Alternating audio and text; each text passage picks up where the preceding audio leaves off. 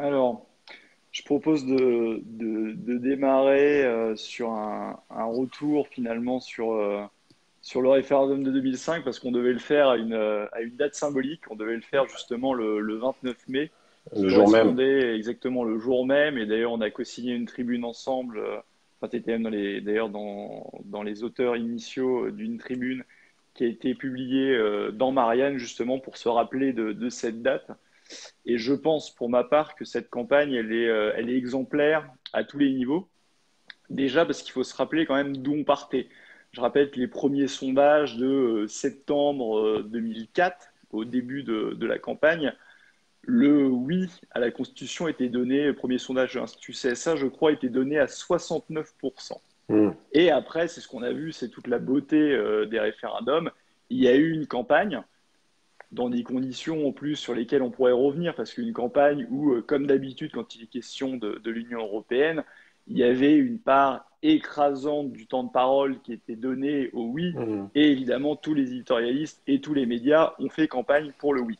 C'est vrai. Et malgré ça, en fait, il y a eu une très belle campagne des nonistes. Alors, il y a eu des campagnes unitaires, il y a eu aussi des campagnes chacun de son côté, mais ça a fini justement par ces 55% de non, justement en 2005. Et ce que je trouve intéressant finalement, c'est que ça a permis aux Français, il y a eu tout un travail de plein de personnes, d'expliquer ce qu'il y avait dans les traités européens. Et Oui. c'est intéressant aussi de regarder pourquoi il y a eu le refus, parce que finalement, quand on regarde le pourquoi, on voit que c'est lié à des articles et à des éléments qui existaient avant même, Hmm.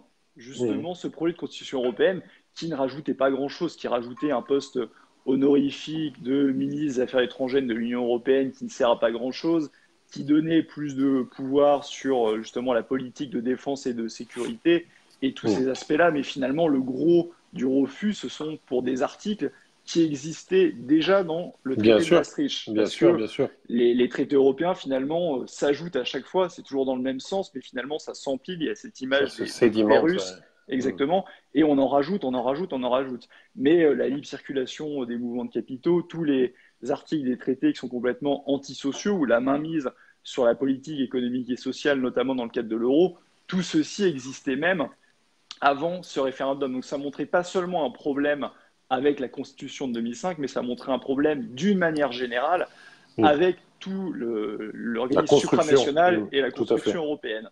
Telle Et qu'elle a donc été ça a construite. été Oui. Hmm. exactement, ça a été Hmm. très clair. Alors après, on peut pas le surinterpréter. C'est vrai que moi, comme tu le sais, je suis favorable au Frexit, à la sortie de la France de l'Union européenne. Ce non n'est pas pour autant une sortie de l'Union européenne, mais ça montre en tout cas que les Français ont pris conscience, comme tu l'as dit, que l'Europe telle qu'elle est, ça ne leur Hmm. va pas. Et après, on va pouvoir aller dans le détail. J'aimerais bien aussi avoir ton retour, cette campagne de 2005, aller dans le détail et pourquoi je crois de mon côté que inéluctablement, ça doit amener les Français à prendre conscience qu'on doit aller et se libérer de l'Union européenne et de l'euro. Hmm. On parlera, oui, du Frexit parce que c'est justement un des points de différenciation entre toi et moi, peut-être, et puis entre vous et nous. Mais justement, pour repartir de la tribune qu'on a signée tous les deux, effectivement, il y a plusieurs enseignements. Le premier enseignement, c'est ce que tu rappelles, c'est que rien n'est perdu d'avance et que malgré une propagande la plus importante qu'elle soit, et on la voit aujourd'hui encore dans différents domaines, en France et dans le monde occidental en général d'ailleurs, malgré la propagande, on arrive par les réseaux sociaux et par les modes de campagne alternatifs. À l'époque, c'était pas encore trop les réseaux sociaux, c'était déjà Internet, mais c'était plutôt des forums, je me souviens très bien. Et c'était des campagnes de terrain. Il y avait eu des grands rassemblements en marge, effectivement, de ce qui se passait dans les médias. Et aujourd'hui, on a encore plus de puissance avec les réseaux sociaux. C'est pour ça, d'ailleurs, qu'ils essayent de les contrôler de plus en plus. Ça montre que rien n'est perdu. Et cette tribune, c'était effectivement, tu as tout à fait raison, et je l'avais peut-être pas vu comme ça, mais un message d'espoir pour rappeler à tout le monde, à nos compatriotes, et puis au-delà à tous les Européens qui aiment l'Europe, mais qui la veulent vraiment européenne, en fait, et pas seulement supranationale, c'est-à-dire de coopération, de leur rappeler que tout est possible toujours, encore faut-il consulter les peuples. Mais il y a un autre enseignement, c'est aussi, je crois, le fait qu'on a signé cette tribune ensemble, venant de différents horizons. Et, et c'est pour ça que je trouve que c'est une bonne idée qu'on fasse ce live tous les deux, parce que je trouve que les différentes chapelles dans le monde souverainiste pour reprendre un terme qui est très populaire en ce moment, après le Covid, ouais, puisque le souverainisme revient à la mode. Il n'aurait jamais dû cesser de l'être d'ailleurs, mais les différentes chapelles ne se parlent pas assez, je trouve. Et à Debout la France, on a été assez ouvert et assez tôt. Mais maintenant que moi, je suis peut-être un peu moins actif politiquement comme militant politique, je saisis l'occasion pour élargir au maximum les interactions avec les uns et les autres. Et le fait qu'on fasse ce live, toi et moi, et j'espère qu'on pourra en faire d'autres, et j'ai vu que différentes personnalités, bon, bien sûr, dont Nicolas Dupont-Aignan, mais n'hésitent plus à faire des lives avec des gens qui ne sont pas de leur parti politique, je trouve ça extrêmement favorable, parce qu'à l'image de cette tribune qui est signée par des gens de droite, enfin, qu'on qualifie parfois de droite, et aussi des gens qui venaient de la gauche, puisque c'est Georges Kuzmanovic, notamment, de République souveraine qu'il a initié. C'est un symbole qui est très intéressant. Je pense que si on doit regarder par rapport à 2005, aujourd'hui, on est dans une situation où on se parle de plus en plus dans le camp de ceux qui veulent construire les choses différemment, de ceux qui veulent rendre à la France son indépendance, sa maîtrise de ses frontières, une capacité à diriger sa monnaie, le budget, etc. Et c'est pour ça que symboliquement, ce qu'on fait, je pense, c'est important. On ne se connaît pas particulièrement, on s'est croisés de loin quand on a accompagné nos candidats dans différents débats ou des choses comme ça.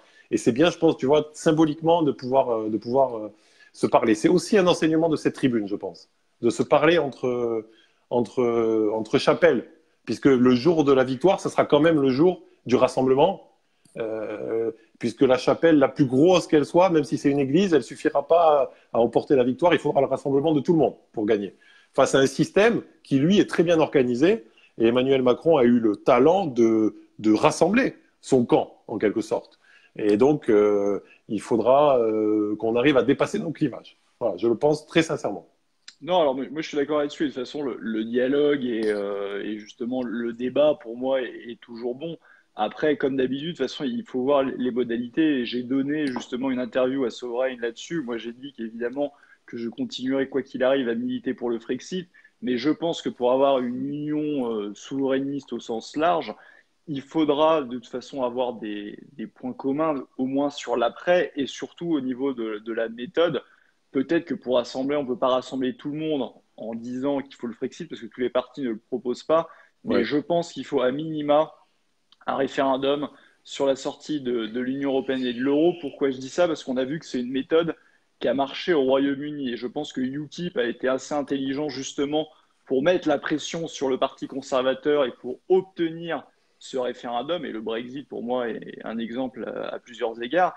Et il a eu réussi à faire ça, et c'est grâce à ça que justement le Parti conservateur s'est saisi de la question du Brexit, qui a eu le référendum, et justement que les Britanniques ont pu sortir de l'Union européenne, parce que UKIP n'aurait pas pu en l'état être élu. Le Brexit Party, c'est encore autre chose, parce que le Brexit était tellement à ce moment-là implanté qu'on peut imaginer que si le Parti conservateur avait trahi après les élections européennes et que Boris Johnson n'avait pas fait le Brexit, je suis quasiment sûr que le Brexit Party aurait gagné les élections générales dans la foulée. Mais je pense que là, comme tu l'as dit, il y a une urgence, c'est-à-dire que 5 ans de plus d'Emmanuel Macron, c'est catastrophique pour le pays à tous les niveaux. On voit que la souveraineté, ça peut se perdre c'est un peu comme la confiance, ça peut se perdre très rapidement, mais c'est très long à reconquérir. C'est ce que je dis souvent. C'est Le vrai. Frexit n'est pas une fin en soi ou n'est pas une condition suffisante, mais c'est une condition nécessaire. Et après ça, pour retrouver la souveraineté, le Frexit ne suffira pas. On voit que sur plein de dimensions, souveraineté alimentaire, souveraineté technologique, numérique, souveraineté de la défense, souveraineté industrielle, ça, ce sont des Ouais. pans où on va mettre des années, même après un Frexit et ou du moins une rupture totale avec l'Union européenne, une sortie de l'Union européenne, on va mettre des années justement à reconquérir parce que depuis 30 ans, on n'a fait que se désindustrialiser, on a affaibli la France à tous les niveaux, on n'a jamais su construire de grands champions justement au niveau du numérique. Et ça, c'est un combat même après le Frexit qui se fait sur 10, sur 15 ans et ça se fait vraiment au fur et à mesure et par pan d'activité. Et ça, c'est un combat qui est aussi fondamental. Et je pense que c'est quelque chose qu'il faut évidemment poser sur la table. Et quand on parle de la souveraineté Et tu l'as dit, pour les gens, des fois, c'est vague la souveraineté, mais la souveraineté, c'est que l'autre mot finalement de la de démocratie. la Et est-ce que démocratie. la France et les Français sont encore maîtres de leur destin? C'est-à-dire qu'est-ce que le vote a encore un sens? Et un pays qui n'est plus souverain n'est plus un pays libre en fait et ne décide plus de rien. Et la crise du Covid-19 a été un révélateur là-dessus. On a bien vu de toute façon toutes les chimères de l'Union européenne. Quand il y a une crise, on voit bien que cette espèce d'organisation supranationale ne sert à rien. Quand il y a une crise, les gens se retournent vers les nations et les nations se défendent avant tout elles-mêmes. L'Allemagne ne voulait pas, dans un premier temps, envoyer de matériel médical aux autres pays. On a vu des vols de masques entre les différents pays de l'Union européenne. Et donc, on voit bien qu'en cas de crise grave, ce qui compte, et les seules choses qui comptent pour se défendre, c'est évidemment la nation. Et la souveraineté était aussi centrale par justement, on voit bien que la France ne produisait plus rien, on était incapable de produire des masques, on était incapable de produire des tests, ce qui était évidemment la clé dans cette bataille pour la santé des Français. Et on voit bien qu'on est complètement désarmé. Et ça, c'est un révélateur parmi d'autres. On pourrait parler de la défense, la vente d'Emmanuel Macron d'Alstom Oui, est un crime, est criminel. Il faut technique, savoir que la c'est branche pas bon. énergie d'Alstom produit les turbines, par exemple, de nos sous-marins nucléaires. Donc ça veut dire quoi? Ça veut dire concrètement, qu'est-ce que veut dire la souveraineté pour nos téléspectateurs? Ça veut dire quoi? Ça veut dire qu'on n'est plus libre parce que si demain Donald Trump, par exemple, n'est pas content pour une taxe sur les GAFA ou autre, il pourra très bien dire, bah, écoutez, moi j'arrête de livrer et de maintenir vos turbines pour vos sous-marins nucléaires et on se retrouve complètement impuissant, on doit se coucher. Et ce n'est pas un fantasme de dire ça, parce que les catapultes, justement, de nos porte-avions sont sous modèle américain. Et après le refus de la guerre en Irak de 2003, les Américains, jusqu'à 2005, en mesure de rétorsion, ont refusé de livrer Oui, oui, et ça de existe, bien maintenir sûr. justement nos catapultes. Donc c'est quelque chose de très concret. Et il y a ça, mais il y a aussi toutes les centrales nucléaires qui dépendent de ça. Donc c'est vraiment quelque chose de criminel pour la souveraineté de la France qu'a fait Emmanuel Macron. Et c'est pour ça, justement, pour parler très franchement, le grand piège finalement de 2022, c'est qu'on se retrouve encore une fois coincé entre Emmanuel Macron et Marine Le Pen, ce qui serait une réélection dans un fauteuil pour Emmanuel Macron. Et je pense qu'il y a la place justement pour un grand pôle souverainiste pour peser justement et être l'outsider là-dedans et arriver à se hisser au deuxième tour. Et je suis persuadé que si un souverainiste, alors après évidemment il faut se mettre d'accord sur les candidats, sur un programme, et comme j'ai dit pour moi à minima, il faut qu'il y ait un référendum sur la sortie de l'UE. Mais si on arrive à avoir quelqu'un qui l'incarne et arriver à rassembler très largement, il pourrait y avoir un candidat souverainiste au deuxième tour et ce candidat, je pense, gagnerait que ce soit face à Marine Le Pen ou face à Emmanuel Macron. Donc c'est tout le défi finalement qui se pose, c'est d'arriver à rassembler les souverainistes pour peser entre Emmanuel Macron et Marine Le Pen et pour pouvoir gagner. D'où l'urgence et le fait que, comme je dis, je suis ouvert à une union sur des souverainistes, même si pour moi, et on va certainement en parler quand on va parler du Frexit, je ne crois pas du tout à une renégociation des traités, je ne crois pas à ça. C'est pour ça que pour moi, il faudra un Frexit direct. En plus, je pense que c'est mieux, notamment au niveau de l'euro et même d'un point de vue de négociation vis-à-vis de l'Union européenne, parce qu'ils peuvent employer des mesures de rétorsion. Je pense que c'est mieux de sortir directement, alors que le référendum amènerait l'incertitude et pourrait jouer dessus pour peser sur le résultat. Mais dans le cadre de la politique actuelle, je pense que c'est un moindre mal et qu'on ne peut pas se permettre d'avoir encore 5 ans de plus d'Emmanuel Macron. Ou 5 ans de plus, d'ailleurs, si ce n'est pas Emmanuel Macron, mais que c'est un candidat qui applique Oui. la même politique, avec la même politique. Effectivement, tu as raison de rappeler, c'est bien, tu as déroulé les arguments sur le souverainisme. C'est deux choses. C'était bien de rappeler effectivement que c'est le synonyme de la démocratie en réalité. C'est un peu comme l'air qu'on respire. On ne se rend pas compte que c'est essentiel quand il en manque, sauf quand il en manque, le souverainisme. Et ben, la démocratie, c'est pareil. On a tendance à la prendre pour quelque chose d'évident, de naturel, et c'est quand il en manque. Et là, avec ce gouvernement et certaines lois souvent qualifiées de liberticides, on se rend compte que quand on manque de démocratie, on est moins à l'aise pour exprimer ses idées et tout simplement pour faire société. Donc c'était bien de revenir à un basique.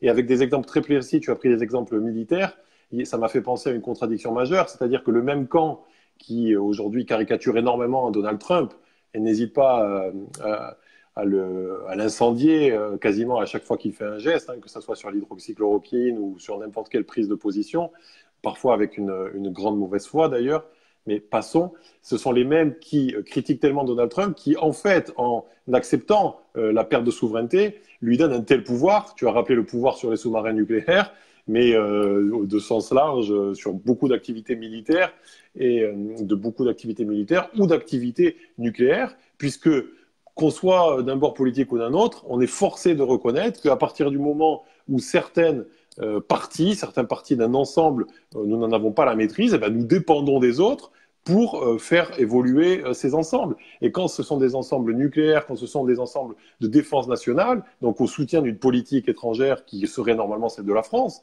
qui a toujours été universelle et en faveur de l'équilibre et du respect de chacun, on n'a plus aujourd'hui les moyens de nos ambitions.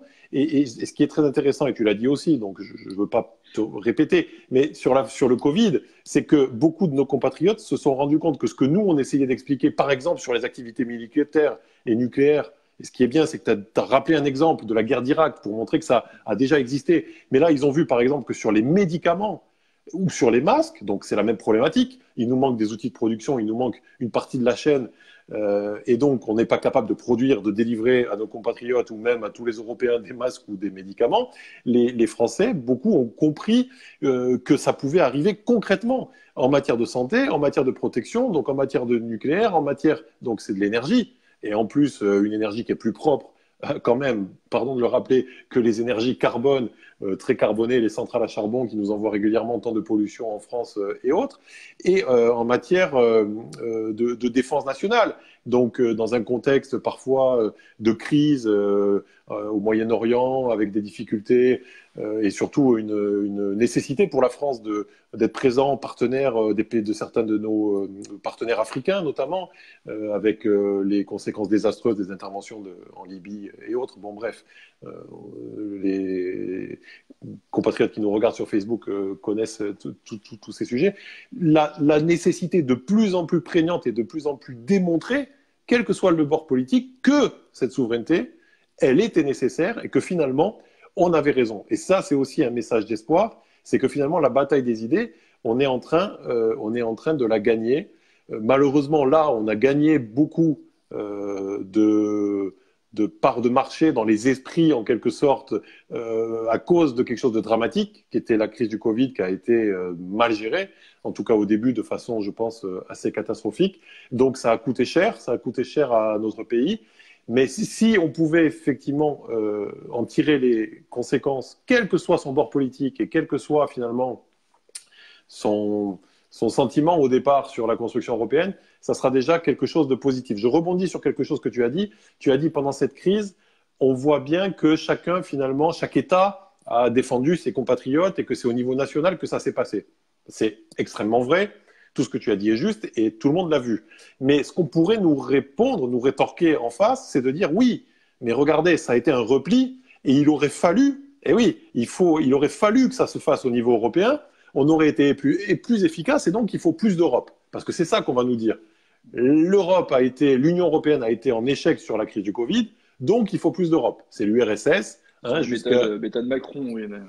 Et oui, et c'était le cas en URSS, ça ne fonctionne pas, donc il faut plus d'URSS jusqu'à la perestroïka, et on est dans la même situation. C'est la même logique, oui, même logique. C'est la même logique, donc c'est là où ta référence à la démocratie est importante, parce que pour faire comprendre à nos compatriotes que cette logique de plus d'Union européenne ne fonctionne pas, et que dans l'idéal, si tous les pays européens étaient coordonnés, ça serait mieux, parce que ça, tout le monde le pense. Tout le monde le pense. Il faut juste expliquer que la seule façon de prendre des décisions, c'est dans un cadre démocratique. Parce que c'est comme ça que ça décide, dans un régime démocratique. C'est le peuple, par l'intermédiaire de ses représentants ou de façon directe, par les référendums et autres moyens d'expression directe, qui décide. Et donc, le problème de cette Union européenne, c'est qu'elle n'est pas un peuple homogène, elle n'a pas des médias homogènes, elle n'a pas une langue homogène, elle n'a pas une culture homogène. Et d'ailleurs, c'est sa richesse. Parce que là, c'est pareil, il y a une contradiction. C'est toujours ceux qui ont le mot diversité à la bouche, et c'est très beau la diversité, mais c'est eux qui veulent enlever la diversité européenne, qui est un des continents où il y a le plus de diversité. Vous faites 50 km en France, vous changez quasiment de patois, de tradition, de culture, d'architecture, et vous faites 200 km, vous changez de pays, vous êtes dans un univers mental complètement différent, avec des siècles d'histoire derrière vous. Ce sont ceux qui prônent la diversité, qui veulent finalement effacer la diversité. Bref, tout ça pour dire qu'il faut leur opposer que la seule chose qui fonctionne, c'est la démocratie, c'est la valeur la plus noble, et que cette démocratie n'est possible, et ça c'est une valeur absolue dans le monde entier, qu'à l'échelle d'un peuple qui a les mêmes références, les mêmes codes, les mêmes traditions, la même langue, qui a pris l'habitude de vivre ensemble. Et tous les modèles supranationaux, c'est-à-dire finalement supradémocratiques, que ce soit l'Union soviétique, mais que ce soit certaines unions en Afrique ou autres, n'ont jamais fonctionné, parce que ce n'est pas démocratique. Et à la fin, on a dit que la démocratie, c'est un peu comme l'air qu'on respire. À la fin, c'est la démocratie qui gagne. À la fin, s'il manque d'air, il manque d'oxygène, tout le monde meurt. C'est pareil avec la démocratie. Ça peut tenir une dictature, ça peut tenir un régime autoritaire, mais sans la démocratie, au bout d'un moment, ça tombe. Et c'est à ça qu'on est en train, d'assister. Et fort heureusement, j'espère que de plus en plus de compatriotes ont la même, comprennent certaines choses que nous peut-être on disait avant, mais c'est pas grave d'avoir raison trop tôt, et se disent que finalement c'était pas si stupide. Et dernier point, je sais pas si on peut en parler maintenant, mais tu as abordé la question du Frexit, et c'est là où on a une petite divergence peut-être sur la forme au moins. Je sais Alors, pas si tu. je vais rebondir sur tes points avant de répondre sur le Frexit. Je suis Ok. complètement d'accord. Il y a un truc très clair aussi, même qui est étymologique, c'est la démocratie. C'est quoi? C'est démos, le peuple, kratos, le pouvoir du peuple. Donc, tout ce que tu as dit, Oui. c'est très vrai. Et que les européistes ont toujours ce défaut. Ils ne réfléchissent pas avec les réalités. Or, on peut le fantasmer, on peut le rêver. Il n'y a pas de peuple européen. Comme tu l'as dit, il y a un peuple français, il y a un peuple espagnol, il y a un peuple britannique, il y a Oui, un et peuple. surtout, je me permets de t'interrompre, surtout la France a des liens avec des pays qui sont totalement en dehors de l'Union européenne. On a des liens Exactement, oui. plus forts, qu'on le veuille ou non, avec des pays parfois qui étaient d'anciennes colonies françaises. Moi, je sais par exemple sur le Burkina Faso, qui est un pays que je ne connais pas, mais j'ai déjà rencontré des hommes politiques burkinabés dans le cadre de rencontres politiques. Ils ont aussi un besoin de France d'une certaine manière, parce Oui, oui. qu'aujourd'hui, ils font du business avec les Chinois, ils ne sont pas forcément contents de la façon dont ça se passe. Et la France déjà est présente sur les 5 continents, ça il faut le rappeler à tout le Oui. monde. On a la deuxième surface maritime du monde, on le dit souvent, mais on a vocation à parler à tous les peuples du monde. Et finalement, nous, on nous accuse de repli parce qu'on n'aime pas cette construction européenne, mais finalement, le repli, ce sont ceux qui veulent se renfermer sur les 27 petits pays, pour reprendre leur argument, petits européens, alors que nous, la France, on est présent sur tous les continents et on a vocation à parler au monde entier. On a une frontière commune avec le Brésil qui fait je ne sais combien de Oui, c'est centaines de la plus kilomètres. grande frontière terrestre de la France, c'est pas avec la Belgique ou avec l'Espagne, c'est avec le Brésil par la Guyane. Mais d'ailleurs, c'est Voilà. pas le cas que pour la France. Moi, je connais très bien l'Espagne. Les Espagnols, ils ont plus de liens avec les pays d'Amérique du Sud qu'avec la Lituanie ou la Lettonie. Et Et bien c'est la même sûr, chose pour les Portugais avec le Brésil. Donc en et fait, oui. il y a aussi Avec l'Angola, avec voilà, avec tout à fait, le l'Angola, le Mozambique. Mozambique. Et Oui, il y a une distinction aussi à faire en fait, et que même parfois chez Caluper, il y a des débats là-dessus, c'est vraiment les européistes ont réussi, et c'est une grande force de leur part, d'avoir mis dans la tête des gens de confondre Union européenne et oui, Europe. bien sûr, bien Déjà, sûr. Europe, c'est un concept creux, ça ne veut pas dire grand-chose. L'Europe en tant que telle, c'est un continent, c'est au mieux une civilisation, mais ça ne veut rien dire. En fait, il Hmm. faut bien distinguer l'Union européenne, qui a une dimension supranationale, avec la coopération internationale. Et la coopération internationale, ça existait avant l'Union européenne entre les pays Bien sûr, européens, ça existera après l'Union européenne. Et tout à surtout, fait. ça ne se limite pas à l'Union européenne, parce que la France, Voilà. évidemment, même une fois qu'on sera libéré de l'Union européenne et de l'euro, évidemment qu'on continuera d'avoir des coopérations et des relations avec nos voisins, parce que c'est nos voisins, donc c'est mécanique avec l'Espagne, avec l'Allemagne, avec le Royaume-Uni, mais aussi on en aura avec justement les pays de la francophonie dont tu parlais. Et ça, c'est vraiment toute la différence entre Hmm. coopération internationale et supranationale. Et Oui, l'Union européenne ne peut être que supranationale, et c'est bien tout le problème. On l'a vu, si on peut reparler justement du Covid, non seulement on ne peut pas dire qu'il n'y avait pas d'Europe de la santé, etc., mais qu'est-ce qui a été aussi un fiasco total, ça a été la gestion des frontières et le fait qu'on peut me bien raconter ce sûr, c'est qu'on veut, vrai. de me Hmm. dire que le virus n'avait pas de passeport. Oui, sauf Mais que le virus, il circulait par des gens. Et le fait d'avoir scandaleux, laissé non les mais frontières ouvertes, je rappelle quand même qu'à fin février, il y a 3000 Italiens qui sont venus, je sais que tu aimes le foot aussi, lors d'un hmm. match Lyon-Juve.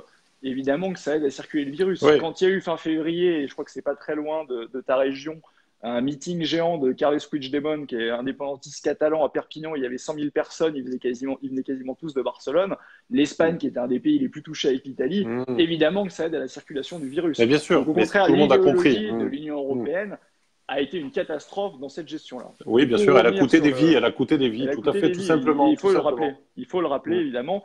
Et pour revenir sur le Frexit, en fait, pourquoi je veux dire ça? Parce que je connais disons, les stratégies d'autres partis dits souverainistes qui ne proposent pas le Frexit. Et là où, pour moi, il y a une problématique, c'est que ça n'existe pas. On a plein d'exemples dans l'histoire. Pour moi, il est impossible de renégocier quoi que ce soit avec l'Union européenne pour la simple et bonne raison. Et tu le sais que pour renégocier une ligne des traités, il faut l'unanimité des États membres. Il y a des exemples très concrets. David Cameron, avant de faire son référendum, avait essayé de renégocier.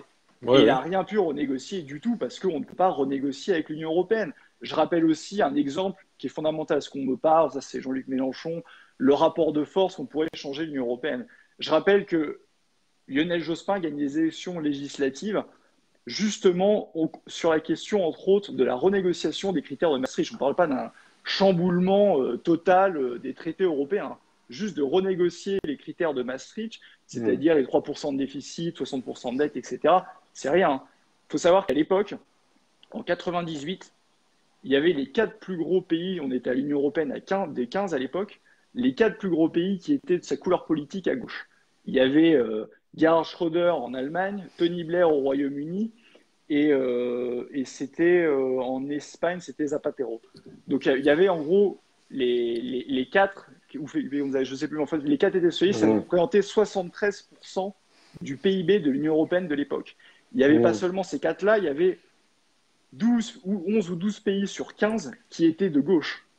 Et malgré ça, malgré ce poids écrasant, pas de rapport de force, ils n'ont rien pu renégocier parce qu'il suffit qu'il y ait un pays qui bloque.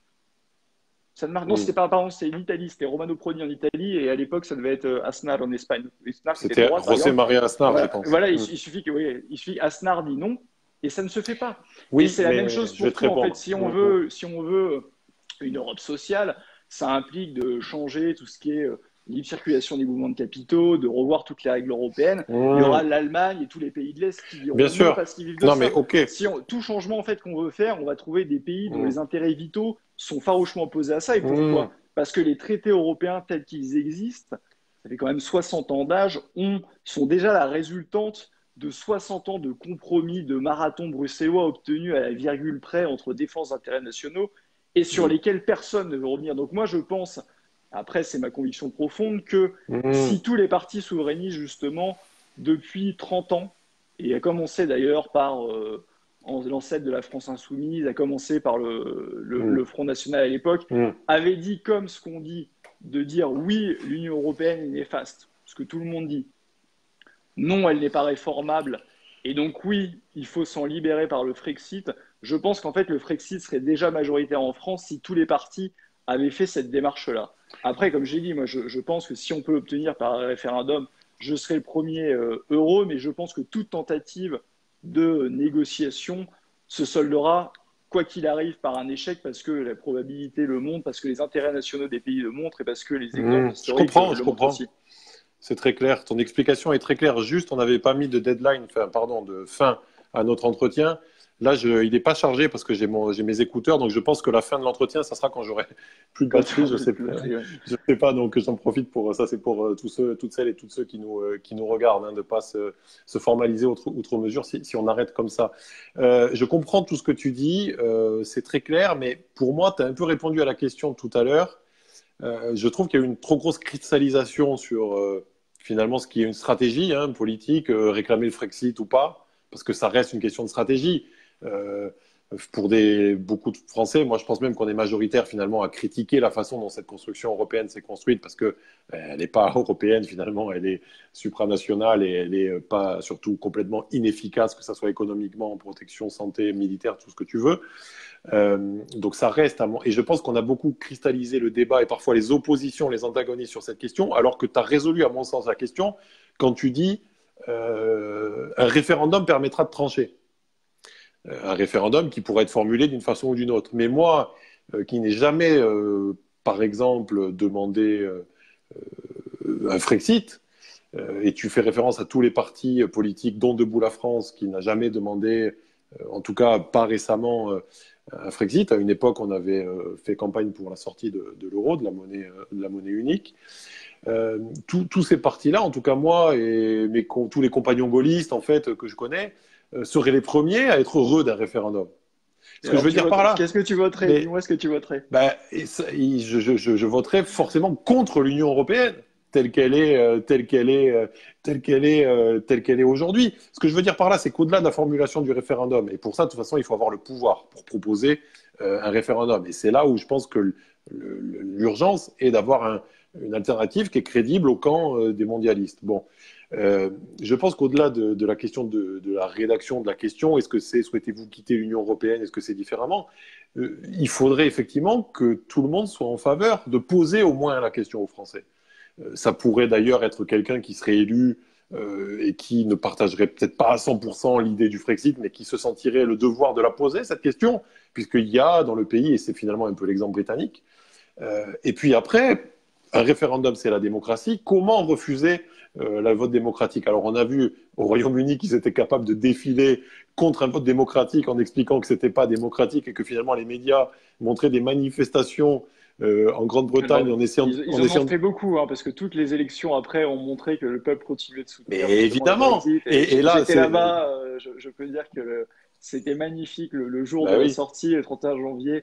On a vu tes C'était vidéos. une ferveur populaire et c'était assez extraordinaire de partager ça avec le Brexit Party. Et pire que ça, pour le camp européiste, c'est que maintenant les résultats économiques sont bons. On nous avait expliqué que toutes les entreprises allaient partir. En fait, il y a des entreprises qui viennent mettre leur siège social pour des raisons économiques très complexes, mais qui sont réelles. Et d'ailleurs, il ne faut pas se tromper. Si le Brexit a fonctionné aux États-Unis, au Royaume-Uni, pardon, d'ailleurs c'est un lapsus, c'est aussi que la City et peut-être aussi Wall Street d'une certaine façon, avaient aussi intérêt. C'est-à-dire qu'à un moment donné...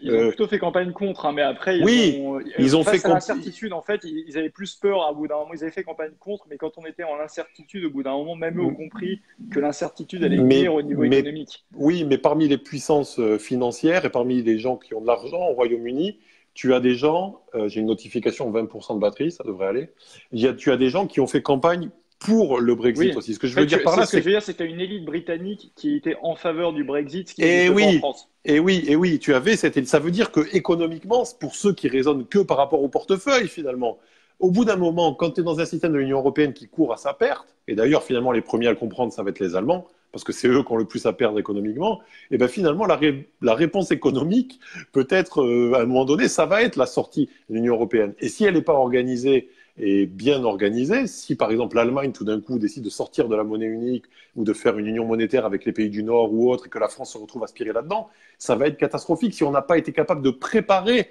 finalement l'après-Union européenne. Et ceux qui paraissent le plus européistes sur le papier sont ceux en fait qui préparent. On a vu des notes qui sont sorties plus ou moins ou dont on a parlé de l'Allemagne qui aurait préparé un peu un plan postérieur. Sortie de l'euro. Bon, bref, tout ça pour dire que finalement, l'économie au Royaume-Uni nous montre que le Brexit n'était pas la catastrophe annoncée. Et puis, donc, sur le Frexit, sur ce que tu as expliqué très bien, sur l'absence de renégociation, bon, quand tu prends l'exemple des socialistes, je pense qu'ils étaient certes tous socialistes, mais ils étaient aussi tous européistes, plus ou moins. Donc, je pense que quand on veut pas aussi, on peut pas. Mais je comprends comme ton argument de dire, mais la critique que je vais t'apporter, c'est que finalement, tu es dans une logique hyper légaliste. C'est-à-dire que je pense que si tu restes dans le cadre légal des traités européens, tu as raison à 10 000%. C'est pas possible de renégocier les traités pour les raisons que tu as dit, que tu as expliquées. Ça n'arrivera pas, ça ne marchera pas comme ça. Le système est trop bien fait d'ailleurs pour que ça soit pas possible de le changer. Tout simplement, c'est Jacques Attali qui expliquait dans une vidéo publique qu'ils avaient oublié de... Ils n'avaient pas mis de sortie à une époque, ils ont dû en rajouter une. C'est ça. C'est l'article 50 que les Britanniques ont utilisé. C'est ça, mais ça va dans ton sens que finalement le système est tellement bien verrouillé que tu ne peux pas faire quoi que ce soit si ce n'est sortir. Moi, ce que je pense profondément malgré tout, c'est que d'une part, le projet politique qui va consister à dire à nos compatriotes français, et encore une fois, on est présent sur les 5 continents, on a des gens les Français sont très ouverts sur le monde, et ça c'est positif d'ailleurs d'être ouvert. Je pense que le projet Frexit ne peut pas l'emporter, contrairement au projet Brexit qui, pour les Britanniques, qui sont un autre peuple, une autre tradition, une île un peuple insulaire, etc. Bon, nous n'avons pas du tout la même histoire. En réalité, on a souvent été adversaires dans l'histoire de nos pays respectifs. Je pense que ce projet aurait beaucoup plus de mal à fonctionner en France qu'au Royaume-Uni. Mais là, tu peux me dire, mais alors ça, c'est une vision défaitiste et c'est pas une bonne raison. Mais ce que je pense, moi, plus, c'est que, et ça, par contre, c'est un constat, c'est que ce projet, la supranationale aujourd'hui qui est construit et qui ne fonctionne pas, ok, que certains veulent améliorer finalement vers plus de supranationalité, vers plus de fédéralisme, ce projet, il ne peut pas fonctionner sans la France. C'est-à-dire, il suffit de regarder juste les contributions budgétaires, tout simplement, les chiffres, en gros. S'il n'y a pas la France dans ce truc-là, dans ce machin, le général de Gaulle, je crois que c'était plutôt pour l'ONU, le machin, mais il aurait peut-être pu appeler l'Union européenne telle qu'il la verrait aujourd'hui, le machin. S'il n'y a pas le budget de la France, tout simplement, ça ne fonctionne pas. S'il n'y a pas... C'est à peu près la contribution du Royaume-Uni. Disons qu'ils peuvent s'en sortir, Ouais, mais il mais faudrait augmenter les contributions des contributeurs il y a restants. là Et pas... donc, Voilà, et le voudrait-il? Là, déjà, à la sortie du Royaume-Uni, on nous met j'allais dire une douille supplémentaire de plusieurs milliards. Bon, et surtout, c'est à la fois un budget très important, la France, mais c'est aussi quand même symboliquement un pilier de cette construction européenne, un là, membre fondateur, ouais. un membre fondateur, et malgré tout, en matière de puissance diplomatique et militaire, dans cet amalgame de l'Union européenne, il n'y a pas énormément de pays, les Britanniques sont partis, Et que les Britanniques, oui, nous, ouais. voilà, qui ont l'arme, qui ont la puissance nucléaire, la puissance militaire, et aussi, malgré tout, encore une force diplomatique, même si elle a été mal utilisée depuis 10 ans et qu'on est plus crédible, je pense, dans beaucoup d'endroits, malheureusement, du globe. Mais on a quand même une capacité, parce qu'on a d'excellents diplomates. Malgré tout, moi, je le constate très souvent, on a quand même encore des diplomates, on a des représentations. Bon, bref. Ce que je veux dire par là, c'est que si la France avait une volonté politique de révolution, pour employer un terme un peu qui soit pas de droite, de révolution vis-à-vis de cette construction européenne, je pense que la volonté politique d'un chef d'État français qui aurait une vraie volonté et donc qui prendrait des risques, il prendrait des risques en s'affrontant de façon aussi frontale à un système aussi puissant. Il prendrait d'énormes risques politiques notamment. Mais je pense qu'avec une volonté politique, on pourrait obtenir beaucoup. Alors tu connais l'argument de la chaise vide, le général de Gaulle, de Margaret Thatcher, Want My Sauf que Money Back, etc. la grande différence là-dessus, avec cette époque-là, c'est qu'il n'y avait pas l'euro. Et de dire on va faire ça alors qu'on est dans l'euro, c'est très bien ce qui s'est passé en Grèce. On a plus de pouvoir monétaire. La BCE a Oui, coupé les robinets en Grèce et a tout fait pour justement que le oui. gouvernement doive Mais se la coucher. Grèce, c'était plus facile malgré tout que de faire la même Non, chose. parce qu'on n'a plus Euh, les outils. Donc c'est un problème. En fait, s'il n'y a pas cette sortie de l'euro préalable pour reprendre à minima la souveraineté monétaire, oui. on n'a pas les capacités à aller dans un bras de fer. En fait, c'est soit on est dans les règles et on accepte et ça va forcément amener par une cypratisation, on pourrait Mm. dire, ou pour moi, soit effectivement, il faut reprendre à minima l'euro pour rentrer dans un espèce de Oui, bras de mais fer et à mon sens, amènera quoi qu'il arrive à une sortie. Il faut pas se leurrer. qui te dit que l'euro ne va pas exploser bientôt? Ah, c'est possible. Euh, J'ai coécrit avec justement Alexandra Phillips du Brexit Party un article là-dessus en disant que c'était peut-être la Covid-19, comme on dit maintenant, qui allait amener à ouais. un éclatement de la zone euro. Et certaines banques internationales très connues travaillent aussi sur des scénarios post-euro, parce que tout simplement, il y aura des intérêts financiers. Ce que je veux dire par là, c'est que, enfin, moi, j'ai bien sûr rien contre ceux qui défendent ardemment le Frexit, bien entendu. Et je pense que, sincèrement, dans beaucoup de partis, beaucoup de sympathisants ou de militants, même chez les Républicains, hein, pas seulement chez nous, pas seulement, ont de la sympathie pour cette idée, parce qu'on veut une France indépendante et libre. Mais je pense qu'en faire l'alpha et l'oméga en fait de la proposition politique facilite le travail de nos adversaires qui vont expliquer, parce qu'ils ont tous les moyens de propagande et parce qu'ils n'hésitent pas à utiliser aussi la caricature, on l'a vu avec les Britanniques, on va faciliter finalement le travail de nos adversaires politiques, alors que si on se concentrait sur des notions, justement, ce dont on parlait, de récupérer la démocratie, parce que c'est dans ce cadre-là qu'on doit faire, etc.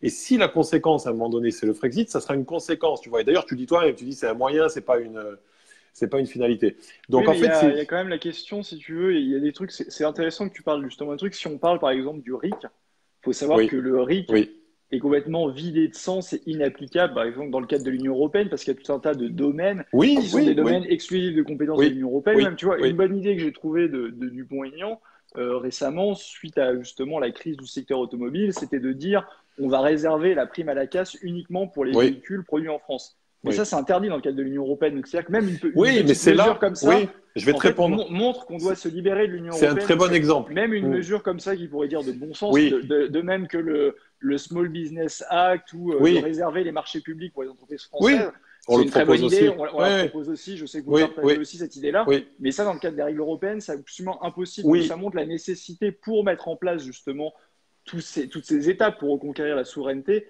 Ça montre qu'il faut complètement se libérer de l'Union européenne et de l'euro parce que mais sinon, on aura à chaque fois l'Union européenne qui va être derrière et qui obligera finalement, comme elle l'a fait avec tous ceux qui sont arrivés au pouvoir dans les différents pays mm, européens, qui n'allaient pas jusqu'au bout, qui amènera justement à devoir se coucher. Et juste l'autre point que je voulais ajouter là-dessus, c'est que je pense au contraire qu'il faut un parti du Frexit fort pour pousser d'autres personnes, justement, les forcer à proposer ce référendum. C'est exactement ce qui s'est peut-être, passé au Royaume-Uni. S'il n'y a pas un oui. parti du Frexit fort, il n'y aura pas, là alors c'était le parti conservateur, mais il n'y aura pas un parti Mm, dit de gouvernement qui se saisirait de la question. Et mm. il faut un parti du Frexit fort pour amener ce référendum, je le pense en tout cas. Oui, oui, mais tu as peut-être raison, et c'est l'avenir qui nous dira ce qu'il en est. En tout cas, plus on aura de Français, de compatriotes qui pensent ça, c'est sûr que plus ça va forcer ceux qui nous gouvernent à le proposer. Ça, c'est clair. Juste sur l'exemple que tu as exprimé, c'est intéressant, effectivement, les voitures, la prime à la classe, la réserver aux voitures produites en France, déjà, c'est intéressant parce que c'est pas forcément réservé aux entreprises françaises. On nous accuse souvent tous de Oui, qui repli sur produisent soi, en mais France. eh oui, ça peut être une marque japonaise. Toyota qui produit, voilà. Par exemple, l'essentiel, c'est de créer du travail en France. Encore une fois, nous ne sommes pas xénophobes. Nous tous, les souverainistes, nous sommes ouverts sur le monde. Nous voulons juste relocaliser des emplois chez nous, tout simplement pour garantir notre système de santé, notre mode de vie. Enfin bon, tout ce qui a fait la France et qui devrait la refaire. En plus, on a toujours les moyens. S'il y avait une inversion, tu as dit que ça prendrait 30 ans, mais peut-être que ça prendrait beaucoup de temps, mais on a toujours quand même les moyens de retrouver notre puissance. Après tout, à l'échelle de l'histoire des civilisations, 30 ans, c'est rien. Oui. C'est un claquement de doigts à l'échelle C'est des le vies combat d'une politiques. vie, comme je dis souvent. Exactement. Mais cet exemple sur les voitures, il est très bon. Et tu as raison de dire que c'est interdit dans le cadre de l'Union européenne. Et moi, on m'a souvent, dans les différentes campagnes qu'on a fait, nous, on m'a souvent opposé, moi aussi, quand j'étais candidat au régional, par exemple, mais ce que vous proposez là, est-ce que c'est pas interdit? Ben oui, c'est interdit. Mais je proposais, par exemple, effectivement, les marchés publics de réserver une part aux entreprises locales, totalement interdit par les règles de la concurrence, de favoriser les circuits courts. Enfin bon, bref, tout ce qui est, là aussi, c'est la contradiction de ceux qui sont soi-disant écolo, bio, Oui. tout ce que tu veux, Alors que c'est l'Union européenne qui est la plus mais anti-écologiste, en fait. qui interdit tout ça, qui interdit les circuits courts. En fait, tout ce qui s'est passé pendant le Covid, on a commencé à remanger local, tout ça, il faut rappeler que c'est interdit par l'Union européenne quand même. Bon, donc ok, c'est interdit, mais attention, est-ce que parce que c'est interdit, il ne faut pas le faire? Et c'est là où je trouve qu'il y a un raisonnement un peu trop légaliste, parce que l'Allemagne, par exemple, ne respecte pas les traités européens. Ça, c'est quelque chose qu'on dit pas. Non, mais on le dit pas. Alors aussi parce qu'ils ont eu l'intelligence de noyauter plus Exactement, c'est ce que j'allais la dire. structure. L'Allemagne a une mainmise totale en fait sur l'Union européenne. Il suffit de prendre les postes de direction, les secrétaires généraux à la Exactement. Commission européenne. L'Allemagne en fait pilote complètement le truc. Donc il y a une Tout ce qu'on relation où voit elle peut pas. imposer aux autres.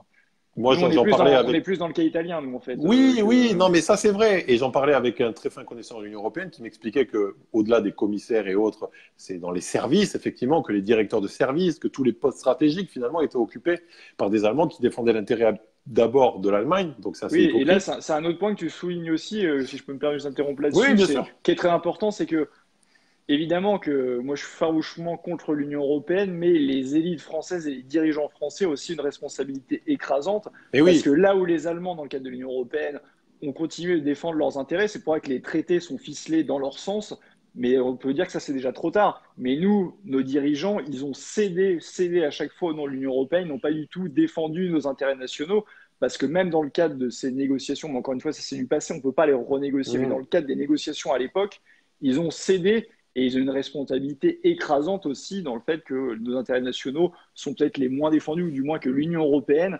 les deux pays qui voient l'Union européenne quelque chose de plus nuisible sur le plan économique et autres, c'est la France et l'Italie. Et c'est parce Mhm. que nos gouvernants de ces deux pays-là ont aussi très Très mal naïf. défendu les Oui, intérêts oui, oui, nationaux, ont oui. été très naïfs. Oui, oui, oui, très naïf. Et c'est gentil de dire qu'ils ont été naïfs parce que certains ont sûrement été pas naïfs, mais ont quand même agi dans un mauvais sens. Donc, je laisserai chacun juger le qualificatif. Mais tu as raison. Mais pour autant, j'aimerais te provoquer sur une question.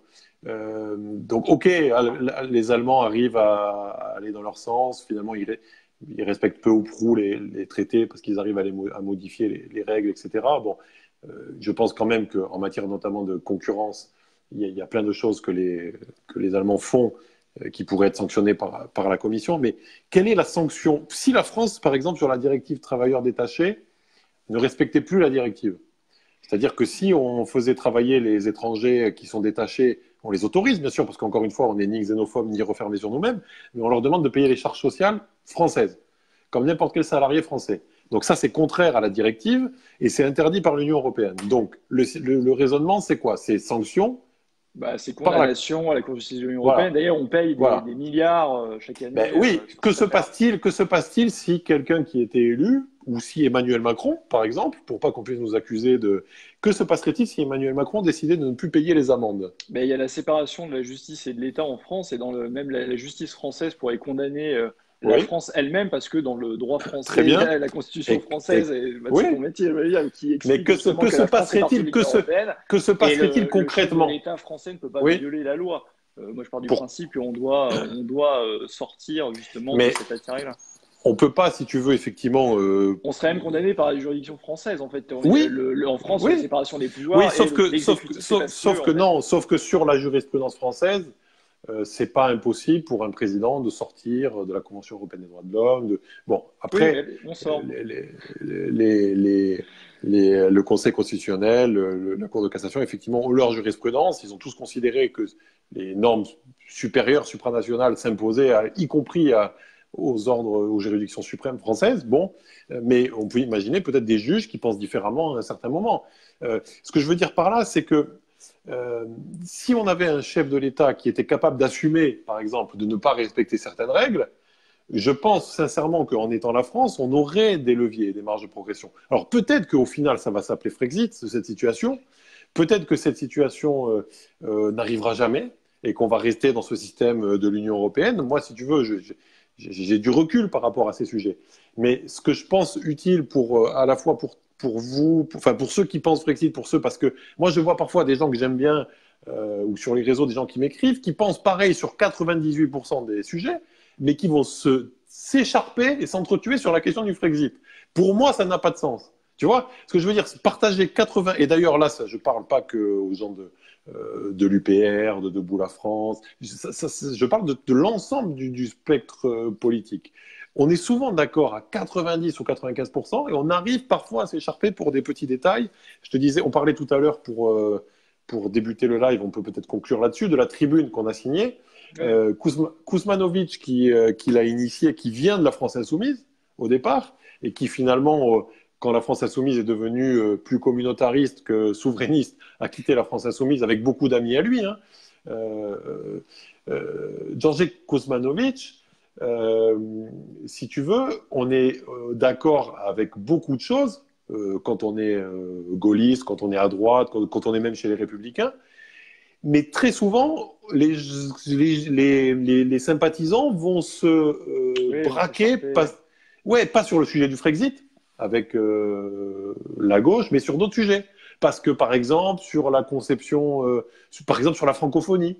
Moi, j'ai vu des gens qui étaient très fâchés contre l'UPR sur des trucs de francophonie, alors que, personnellement, moi, moi je pense que la francophonie, c'est essentiel. D'ailleurs, quand je lis les auteurs français, là, je me suis mis devant la bibliothèque pour faire comme toi, il y a de moins en moins, il y a de moins en moins d'auteurs contemporains français parce que c'est catastrophique. Il y a en revanche un auteur congolais qui s'appelle Nkoli Jean Bofan, qui est un de mes auteurs préférés. Il a écrit 3 ou 4 romans que je conseille d'ailleurs. Lui, il parle français, il écrit français, mais il sauve l'honneur. Tu vois ce que je veux dire? Donc Ouais. sur la francophonie, on est d'accord. Mais Bah, ce que je souvent, veux c'est des dire, gens qui sont très très à droite, qui aiment pas le concept de francophonie parce qu'ils voient en fait, ils comprennent pas trop parce qu'ils se disent bah, vous avez remplacé l'Union européenne par la francophonie et c'est des gens qui ont très peur de l'immigration. Mais ils comprennent En pas tout que la cas, francophonie n'est pas vue comme un truc supranational, mais comme de la ouais. coopération internationale et que ça met Et un pas du élément de tout. puissance, et un élément de Exactement, puissance dans le monde. exactement. Mais si tu veux, c'était juste un exemple pour te dire et pour boucler notre conversation sur le Frexit, qu'à mon sens, ça reste quand même, même si ce sont des sujets importants, la francophonie, le Frexit, pareil sur l'immigration, en réalité avec beaucoup de personnalités de gauche, on est d'accord sur les grandes lignes, sur le fait qu'une frontière, c'est pas un mur, qu'on doit réguler les flux migratoires, parce que si on laisse tout ouvert, finalement, c'est faire le jeu des mafias, etc. Et souvent, ça achoppe sur des tout petits détails, mais qui sont très symboliques. Et si chacun avait l'intelligence de mettre un petit peu le voile sur certains, finalement sur ce qui incarne sa chapelle, pour se concentrer sur ce qui rassemble tout le monde, je pense qu'on ferait un progrès. Voilà. Oui, oui, c'est ce que j'ai. Moi, je pense. Alors, par contre, là-dessus, moi, je pense que le Frexit est essentiel. Mais après, s'il peut s'obtenir par un référendum et d'un point de vue pragmatique, je serais ravi qu'on fasse exactement comme le Brexit Party qui a fait justement comme ça. Donc, Peut-être. moi, l'idée, ça m'empêchera pas et ça m'empêche pas de discuter comme je le fais, où on est effectivement d'accord sur énormément, énormément de points. Mais il n'empêche que le Frexit pourra rester essentiel. Mais comme on dit, il y Mais a plusieurs chacun garde moyens de sa l'obtenir. Voilà, spécificité. Et je voulais te poser une exactement. question, parce que là, j'ai vu moins de 10% de batterie. Ça n'a rien à voir, mais je trouvais que c'était intéressant aussi que je te pose cette question, parce que moi, j'ai pris du recul avec le militantisme politique, parce que je me concentre sur mon activité d'avocat, et ça me prend toutes mes journées entre la vie personnelle et même mon activité d'avocat. Et toi, tu as aussi une vie personnelle. On a tous une vie personnelle d'ailleurs, enfin tous ceux qui nous regardent ont une vie personnelle, mais je sais que tu as des obligations familiales, tu es marié je crois, tu travailles dans une société qui est plus ou moins internationale, en tout cas tu travailles dans une entreprise qui n'est pas forcément européiste dans sa structuration ou autre, et tu as un engagement politique qui est très fort, tu arrives à écrire des livres, tu arrives à... au-delà de l'aspect idéologique, d'un point de vue pratique, comment est-ce que tu peux dire à, nous, à ceux qui nous regardent comment tu arrives à gérer tout ça en même temps? Parce qu'on me pose la question, moi souvent, on me dit, mais comment tu fais pour tout Ouais, faire? L'avantage, c'est que généralement, je travaille assez vite, mais non, effectivement, c'est beaucoup de boulot, mais c'est trouver le temps, parce qu'effectivement, comme je dis souvent, quand j'ai fini ma journée de travail, j'ai souvent une deuxième petite journée qui est politique, et par exemple, pour ce qui est du livre que tu évoques, bah, c'est pas compliqué, je l'ai écrit pendant mes vacances d'été, en fait, donc c'est vraiment trouver le temps à chaque fois de se donner, et aussi, pour moi, la politique, ça devrait pas être un métier où je le vois pas comme un métier. Moi, j'ai un métier, j'ai jamais voulu faire de la politique mon Oui, métier. Si je me suis engagé, c'est par conviction. Et l'avantage, quand c'est des convictions, c'est un peu comme une passion. Par exemple, je sais que tu aimes bien oui, le foot comme moi, même si oui, on est un oui, peu bien à sûr. l'opposé. Tu es pour le PSG, je suis pour l'OM. Mais c'est comme une. En fait, finalement, quand c'est par conviction, c'est plus comme une passion, en fait. Donc, je trouve le temps hors de mon travail justement pour essayer de contribuer. Et C'est plus même une pareil, c'est un conviction, c'est choix. que, en fait, si tu veux, moi, comment je me suis engagé en politique, ça fait quand même, j'ai 31 ans, ça fait 8 ans que je suis engagé en politique. J'avais 23 ans quand je me suis engagé. Et en fait, pourquoi je me suis engagé? Parce que j'ai aucun intérêt, c'est-à-dire que même ça pourrait Mmh. même nuire à ma carrière C'est pour ça que professionnelle je te ou autre. pose la question. J'ai Oui, aucun intérêt à le faire. En fait, si je l'ai fait à chaque fois, c'est que je me dis, bah, j'avais déjà compris que l'euro était une absurdité, un truc qui nuisait à la France. Et je me suis dit, mmh. bah, sachant ce que tu sais, je me serais pas vu en gros ne rien faire Ne pour mon rien pays faire. parce que j'ai Et on toujours été élevé dans une famille qui a l'amour de la France, donc j'ai l'amour de ce pays et voilà, sachant ce que je sais, sachant que je sais très bien que Oui, dans le c'est un cadre actuel devoir. et avec la C'est un politique actuelle, devoir. voilà, Mmh. on amène le pays droit dans le mur. Bah, sachant ça, je me serais pas vu dire, bah, très bien, tu vis juste ta vie de ton côté égoïstement et tu fais rien. Et Très donc, bien. Et c'est la base de mon engagement on t'a politique. déjà reproché cet engagement politique dans un contexte pas de vie sociale et autres, parce que ça, moi, je conseille à tout le monde d'assumer ses idées, surtout quand elles sont belles comme les nôtres. Et si vous avez des amis qui vous le reprochent, ben, changez d'amis, tout simplement. Mais par contre, le travail, c'est nécessaire pour vivre. Et pour beaucoup de ceux qui nous regardent, la précarité, c'est une réalité, parce qu'ils sont victimes aussi de cette politique de l'Union européenne. Ça t'a jamais posé des problèmes dans ton travail? Parce que je pense que tu es salarié comme statut. Oui, je suis salarié. Non, oui, ça, mais évidemment que ça pourrait, mais après, j'ai jamais mélangé non plus politique et le travail. Je fais pas de propagande Donc politique au travail. c'est ça le conseil qu'il faut donner à ceux qui nous regardent, c'est de ne pas mélanger, je Ouais, moi pense. je pense que il n'y a pas à mélanger. De toute façon, c'est pas le lieu, le travail pour faire de la propagande politique, parce que chacun. à ses idées. Et ça peut bien être, sûr. je pense, que ça peut être très mal reçu. Alors évidemment qu'au travail, j'ai aussi des amis. Donc quand c'est avec les amis du travail, ça m'arrive d'en parler. Mais d'une manière générale, je dirais que c'est pas le truc à faire. Chacun a son avis, mais c'est comme la politique ou la religion, etc. Pour moi, c'est quelque chose qui n'a pas à être amené sur le lieu de travail, parce que Sur le lieu de travail. c'est pas vraiment le lieu pour. Effectivement, ça pourrait être mal pris par certains, c'est sûr. On est d'accord. Et moi, j'ajouterais, pour conclure, avant que mon truc tombe, que je conseillerais à tous ceux qui militent et qui, comme nous, ont été très engagés et parfois sur des sujets difficiles, parce qu'on fait face aussi à la caricature parfois, de toujours penser effectivement à ce que tu viens de dire, de ne pas mélanger, de ne pas importer pour se garder. Ils ont besoin de leur travail pour vivre et il faut bien faire la différence. Et aussi la vie personnelle, de penser à faire en sorte, toi tu as dit que tu as écrit ton livre pendant les vacances, ça veut dire que tu arrives à compartimenter quand même et à ne pas s'oublier soi-même, parce qu'en politique, quand on s'oublie soi-même, après on n'est pas efficace dans l'action politique. Oui, c'est Donc sûr. il faut garder du temps pour soi, pour ceux qu'on aime, et ensuite, quand on arrive à dégager du temps libre, par exemple comme nous, faire un live ce soir ou autre, de consacrer son temps à l'action militante politique, mais d'arriver à compartimenter. Je pense que c'est intéressant cette notion de compartimenter, et j'en parle parce que je reçois beaucoup Oui, des questions là-dessus. de questions sur comment tu arrives à faire à la fois avocat, les médias, la télé, l'engagement politique, et surtout aussi, je vois aussi beaucoup de gens qui souffrent de se laisser embarquer qui n'arrivent pas à compartimenter en fait. Et leur vie devient trop. Et il faut compartimenter. Voilà. Si je peux me permettre un conseil, on a beaucoup parlé, mais un conseil amical, c'est d'arriver à compartimenter. Je suis bien d'accord Merci avec beaucoup. toi là-dessus. Bon, en tout cas, merci aussi à toi pour ce direct. Je posterai aussi, pour ceux que ça intéresse, sur ma chaîne YouTube que j'ai lancée il y Très a peu bien. de temps, où je fais souvent des vidéos sur Ouais. l'actualité économique, Abonnez-vous. mais pas que. Voilà, ouais, Abonnez-vous. n'hésitez pas à vous abonner. Et puis, bah, écoute, ouais, je pense que c'était intéressant. À mon avis, on pourra refaire, évidemment pas tout de suite, mais refaire un direct. Je Régulièrement. ne sais pas d'ailleurs si c'est possible de faire à plus de 2 personnes ou pas. Mais, Je crois euh, que mais en tout oui. cas, je pense que c'est un bon concept et c'est Et tu intéressant. l'as. Peut-être on pourra prendre des questions aussi les autres fois. Alors là, je sais Oui. pas, comme c'était pas sur ma page et que c'était sur mon compte C'est ce que perso, j'allais dire. C'est ce que je, j'allais dire. Là, j'ai pas, j'ai pas ouais, vu de questions parce qu'on est sur la page perso. On a ouais. chacun une page Page Facebook aussi, Facebook. ouais. Donc, on Ouais, peut inviter ceux qui ont aimé le live à s'abonner aux pages des uns et des autres. Et sur les exactement, ouais. pages, on pourra plus interagir, répondre aux Voilà. commentaires si on le fait Et peut-être que sur nos pages, la prochaine fois, on réussira à le faire sur à la le page, mais faire je depuis sais la pas page. pourquoi ça ne marche pas l'invitation dessus. Bref, Ouais. On va résoudre ça. C'est ça peut-être une marche. censure du Ouais, bah, GAFA. ça marche. Bon, en tout cas, bah, je te dis bonne fin de week-end à toi et puis Merci. à bientôt.